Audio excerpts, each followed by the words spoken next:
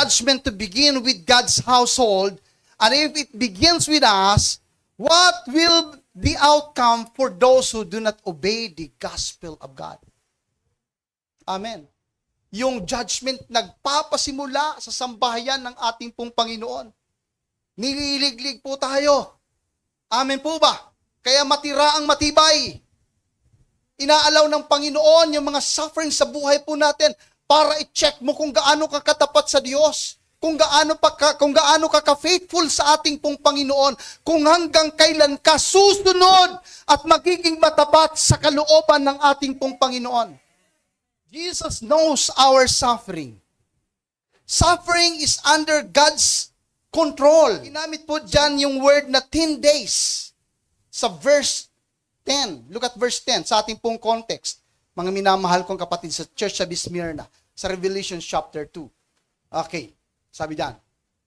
Don't be afraid of what you are about to suffer. I tell you, the devil will put some of you in prison to test you, and you will suffer persecution for 10 days. Anong ibig sabihin nito? Limited lang yung kanyang kakayanan, yung kanyang panahon na gawin yan sa buhay mo. Alam niyo po ba, yung 10 days na ginamit po sa context is an ancient expression of the word limited.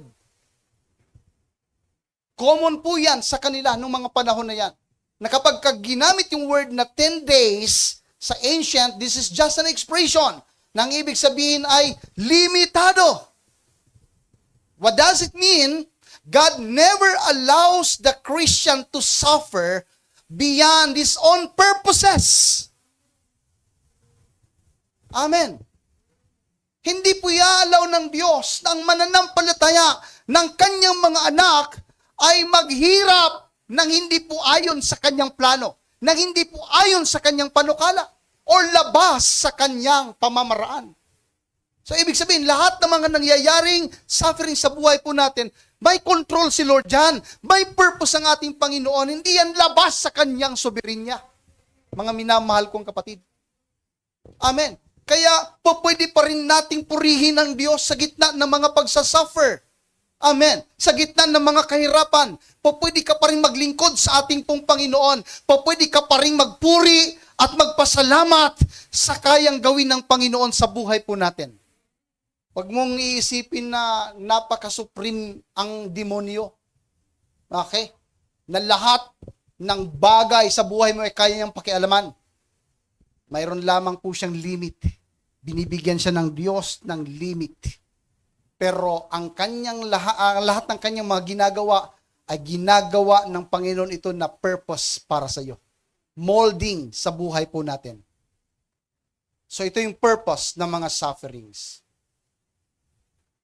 For the devil, it is to destroy the Christian. Remember, the Bible says that he came to steal, to kill, and to destroy. So plano po yan at purpose po yan ng kaaway. But for God, it is to test the Christian. Amin po ba? So iba kay Lord. It is to test the Christian, because there are things that God wants us to learn which can only be learned through suffering. Wow. Hallelujah. Kaya pala inaalaw ng ating pong Panginoon yung mga sufferings na ito dahil may mga bagay talaga na matututunan lamang po natin, yung lesson, yung aral, yung kalooban ng Panginoon sa mga sufferings na ito na nangyayari sa buhay po natin. At doon mo lang doon mo lang marirealize na, Lord, salamat sa mga paghihirap. Na kung hindi mo inalaw sa buhay ko ito, hindi ko makikita ang plano mo. Hindi ko makikita ang kalooban mo sa buhay ko.